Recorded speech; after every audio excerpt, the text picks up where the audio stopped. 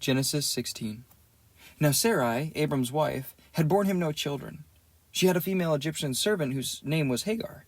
And Sarai told to Abram, Behold now, the Lord has prevented me from bearing children. So go unto my servant, that it may be that I shall obtain children by her. And Abram listened to the voice of Sarai. So after Abram had lived 10 years in the land of Canaan, Sarai, Abram's wife, took Hagar, the Egyptian, her servant, and gave her to Abram, her husband, as a wife. And he went into Hagar, and she conceived, and when she saw that she had conceived, she looked with contempt on her mistress. And Sarai said to Abram, May the wrong done to me be on you. I gave my servant for your embrace, and when she saw that she had conceived, she looked on me with contempt. May the Lord judge between you and me. But Abram said to Sarai, Behold, your servant is in your power. Do to her as you please. Then Sarai dealt harshly with her, and she fled from her. The angel of the Lord found her by a spring of water in the wilderness, the spring on the way to Shur, and he said, Hagar, servant of Sarai, where have you come from, and where are you going? She said, I am fleeing from my mistress Sarai. The angel of the Lord said to her, Return to your mistress, and submit to her. The angel of the Lord also said to her, I will surely multiply your offspring, so they cannot be numbered for multitude. And the angel of the Lord said to her, Behold, you are pregnant. You shall bear a son. You shall call his name Ishmael, because the Lord has listened to you in your affliction. He shall be a wild donkey of a man, his hand against everyone, and everyone's hand against him, and he shall dwell over against all his kinsmen. So she called the name of the Lord who spoke to her, You are a God of seeing. For she said, Truly here I have seen him who looks after me. Therefore, the well was called Bir Lahai Roi. It lies between Kadesh and Bered. And Hagar bore Abram a son, and Abram called the name of his son, whom Hagar bore, Ishmael. Abram was 86 years old when Hagar bore Ishmael to Abram. Genesis 17. When Abram was 99 years old, the Lord appeared to Abram and said to him, I am the Lord God Almighty. Walk before me and be blameless, that I may make my covenant between me and you, and may multiply you greatly. Then Abram fell on his face, and God said to him, Behold, my covenant is with you, and you shall be the father of a multitude of nations. No longer shall your name be Abram, but your name shall be called Abraham. For I have made you a father of a multitude of nations. I will make you exceedingly fruitful, and I will make you into nations. And kings shall come from you, and I will establish my covenant between me and you and your offspring after you, throughout their generations, for an everlasting covenant, to be God to you and to your offspring after you. And I will give to you and to your offspring after you the land of your sojournings, all the land of Canaan, for an everlasting possession, and I will be their God. And God said to Abraham, As for you, you shall keep my covenant, you and your offspring after you, throughout their generations. This is my covenant, which you shall keep between me and your offspring after you. Every male among you shall be circumcised. You shall be circumcised in the flesh of your foreskins, and it shall be a sign of the covenant between me and you. He who is 8 days old among you shall be circumcised. Every male throughout your generations, whether born in your house or bought with your money, from any foreigner who is not your offspring, both he who is born in your house and he who is bought with your money, shall surely be circumcised. So shall my covenant be in your flesh, an everlasting covenant. Any uncircumcised male who is not circumcised in the flesh of his foreskin shall be cut off from his people. He has broken my covenant. And God said to Abraham, As for Sarai your wife, you shall not call her name Sarai, but Sarah shall be her name. I will bless her, and moreover I will give you a son by her. I will bless her, and she shall become nations. Kings of people shall come from her. Then Abram fell on his face and laughed and said to himself, Shall a child be born to a man who is 100 years old? Shall Sarah, who is 90 years old, bear a child? And Abraham said to God, Oh, that Ishmael might live before you. God said, No, but Sarah your wife shall bear you a son, and you shall call his name Isaac. I will establish my covenant with him as an everlasting covenant for his offspring after him. As for Ishmael, I have heard you. Behold, I have blessed him, and will make him fruitful, and multiply him greatly. He shall father 12 princes, and I will make him into a great nation. But I will establish my covenant with Isaac, whom Sarah shall bear to you at this time next year." When he finished talking with him, God went up from Abraham. Then Abraham took Ishmael his son and all those born in his house, or bought with his money, every male among the men of Abraham's house. And he circumcised the flesh of their foreskins that very day, as God had said to him. Abraham was 99 years old when he was circumcised in the flesh of his foreskin, and Ishmael his son was 13 years old when he was circumcised in the flesh of his foreskin. That very day Abraham and his son Ishmael were circumcised, and all the men of his house, those born in the house and those bought with money from a foreigner, were circumcised with him. Genesis 18. And the Lord appeared to him by the oaks of Mamre as he sat at the door of his tent in the heat of the day. He lifted up his eyes, and behold, and looked, 3 men were standing in front of him. When he saw them, he ran from the tent door to meet them, and bowed himself to the earth, and said, "O Lord, if I have found favor in your sight, do not pass by your servant. Let a little water be brought, and wash your feet, and rest yourselves under the tree, that I bring a morsel of bread, that you may refresh yourselves. And after that you may pass on, since you have come to your servant." So they said, "Do as you have said." And Abraham went quickly into the tent of Sarah, and said, "Quick, 2 sheaves of fine flour, knead it, and make cakes." And Abraham ran to the herd and took a calf, tender and good, and gave it to a young man who prepared it quickly. Then he took curds and milk, and the calf that he had prepared, and set it before them. And he stood by them under the tree while they ate. They said to him, "Where is Sarah, your wife?" And he said, "She is in the tent." And the Lord said, "I will surely return to you about this time next year, and Sarah your wife shall have a son." And Sarah was listening from the tent door behind him. Now Abraham and Sarah were old, advanced in years. The way of women had ceased to be with her. So Sarah laughed to herself, saying, "After I am worn out, and my Lord is old, shall I have pleasure?" The Lord said to Abraham, "Why did Sarah laugh and say, 'Shall I indeed bear a child now that I am old?' Is anything too hard for the Lord? At the appointed time I will return to you about this time next year, and Sarah shall have a son." But Sarah denied it, saying, "I did not laugh," for she was afraid. He said, "No, but you did laugh." Then the men set out from there, and they looked down toward Sodom, and Abraham went with them to set them on their way.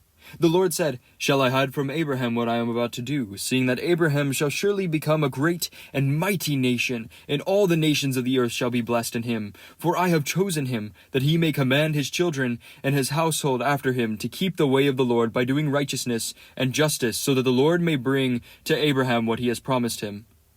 Then the Lord said, "Because the outcry against Sodom and Gomorrah is great, and their sin is very grave, I will go down to see whether they have done altogether according to the outcry that has come to me, and if not, I will know." So the men turned from there and went toward Sodom. But Abraham still stood before the Lord. Then Abraham drew near and said, "Will you indeed sweep away the righteous with the wicked? Suppose there are 50 righteous within the city. Will you then sweep away the place and not spare it for the 50 righteous who are in it? Far be it from you to do such a thing, to put the righteous to death with the wicked, so that the righteous fare as the wicked. Far be that from you. Shall not the judge of all the earth do what is just?" And the Lord said, "If I find at Sodom 50 righteous in the city, I will spare the whole place for their sake." Abraham answered and said, "Behold, I have undertaken to speak to the Lord, I who am but dust and ashes.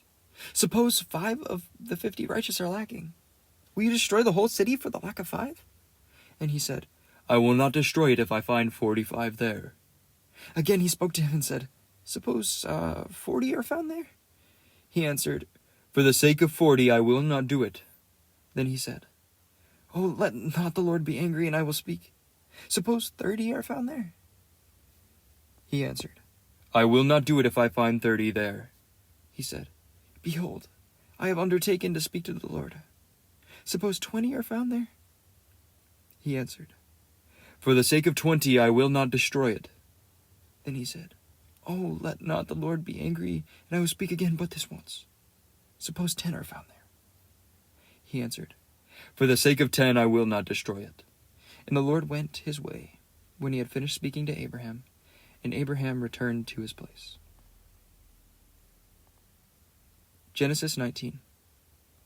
The two angels came to Sodom in the evening, and Lot was sitting in the gate of Sodom. When Lot saw them, he rose to meet them and bowed himself with his face to the earth and said, "My lords, please turn aside into your servant's house and spend the night and wash your feet. Then you may rise early and go on your way."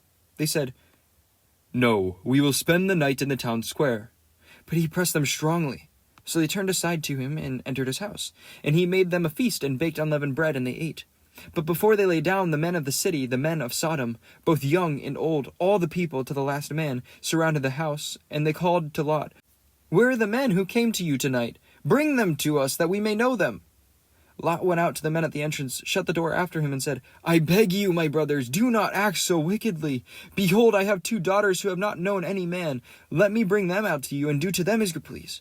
Only do nothing to these men, for they have come under the shelter of my roof." But they said, "Stand back." And they said, "This fellow came to sojourn, and he has become the judge. Now we will deal worse with you than with them." Then they pressed hard against the man Lot, and drew near to break the door down. But the men reached out with their hands and brought Lot into the house with them and shut the door. And they struck with blindness the men who were at the entrance of the house, both small and great, so they all wore themselves out groping for the door. Then the men said to Lot, "Have you anyone else in here? Sons-in-law, sons, daughters, or anyone you have in this city? Bring them out of the place. For we are about to destroy this place, because the outcry against its people has become great before the Lord, and the Lord has sent us to destroy it." So Lot went out and said to his sons-in-law who were to marry his daughters, "Up, get out of this place, for the Lord is about to destroy the city." But he seemed to his sons-in-laws to be jesting. As the morning dawned, the angels urged Lot, saying, "Up, take your wife and your 2 daughters who are here, lest you be swept away in the punishment of the city." But he lingered. So the men seized him and his wife and his 2 daughters by the hand, the Lord being merciful to him, and they brought him out and set him outside the city. And as they brought them out, one said, "Escape for your life. Do not look back or stop anywhere in the valley. Escape to the hills, lest you be swept away." And Lot said to him, "Oh no, my lords. Behold, your servant has found favor in your sight, and you have shown me great kindness in saving my life. But I cannot escape to the hills, lest the disaster overtake me and I die. Behold, the city is near enough to flee to, and it is a little one. Let me escape there. Is it not a little one? And my life will be saved." He said to them, "Behold, I grant to you this favor also, that I will not overthrow the city of which you have spoken. Escape there quickly, for I can do nothing then till you arrive there." Therefore the name of the city was called Zoar. The sun had risen on the earth when Lot came to Zoar. Then the Lord rained on Sodom and Gomorrah sulfur and fire from the Lord out of heaven, and he overthrew those cities, and all the valley, and all the inhabitants of the cities, and what grew on the ground. But Lot's wife behind him looked back, and she became a pillar of salt. And Abraham went early in the morning to the place where he had stood before the Lord, and he looked down toward Sodom and Gomorrah, and toward all the land of the valley. And he looked, and behold, the smoke of the land went up like the smoke of a furnace. So it was that, when God destroyed the cities of the valley, God remembered Abraham and sent Lot out in the midst of the overthrow, when he overthrew the cities in which Lot had lived. Now Lot went up of Zoar and lived in the hills with his 2 daughters, for he was afraid to live in Zoar. So he lived in a cave with his 2 daughters. The firstborn said to the younger, "Our father is old, and there is not a man on earth to come into us after the manner of all the earth. Come, let us make our father drink wine, and we will lie with him, that we may preserve the offspring from our father." So they made their father drink wine that night, and the firstborn went in and lay with her father. He did not know when she lay down or when she arose. The next day the firstborn said to the younger, "Behold, I lay last night with my father. Let us make him drink wine tonight also. Then you go in and lie with him, that we may preserve the offspring from our father." So they made their father drink wine that night also. And the younger arose and lay with him, and he did not know when she lay down or when she arose. Thus both the daughters of Lot became pregnant by their father. The firstborn bore a son, and called his name Moab. He is the father of the Moabites to this day. The younger also bore him a son, and named his name Ben-Ami. He is the father of the Ammonites to this day. Genesis 20. From there Abraham journeyed toward the territory of the Negeb, and lived between Kadesh and Shur, and he sojourned in Gerar. And Abraham said of Sarah his wife, "She is my sister." And Abimelech king of Gerar sent and took Sarah. But God came to Abimelech in a dream by night, and said to him, "Behold, you are a dead man because of the woman whom you have taken, for she is a man's wife." Now Abimelech had not approached her, so he said, Lord, will you kill an innocent people? Did he not himself say to me, she is my sister? And she herself said, he is my brother? In the integrity of my heart and in the innocence of my hands I have done this. Then God said to him in the dream, yes, I know that you have done this in the integrity of your heart. It was I who kept you from sinning against me. Therefore I did not let you touch her.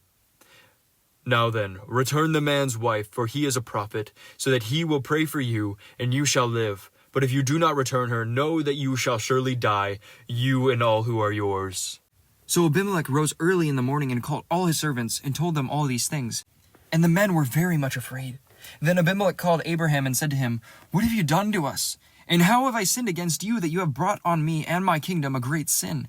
You have done to me things that ought not to be done. And Abimelech said to Abraham, what did you see that you did this thing? Abraham said, I did it because I thought there is no fear of God in this place at all, and they would kill me because of my wife. Besides, she is indeed my sister, the daughter of my father, though not the daughter of my mother, and she became my wife. And God caused me to wander from my father's house. I said to her, this is the kindness you must do to me at every place to which we come. Say of me, he is my brother. Then Abimelech took sheep and oxen and male servants and female servants and gave them to Abraham and returned Sarah his wife to him. And Abimelech said, behold, my land is before you. Dwell where it pleases you. To Sarah he said, behold, I have given your brother 1,000 pieces of silver. It is a sign of the innocence in the eyes of all who are with you, and before everyone you are vindicated. Then Abraham prayed to God, and God healed Abimelech, and also healed his wife and his female slaves, so they all bore children. For the Lord had closed all the wombs of the house of Abimelech because of Sarah, Abraham's wife.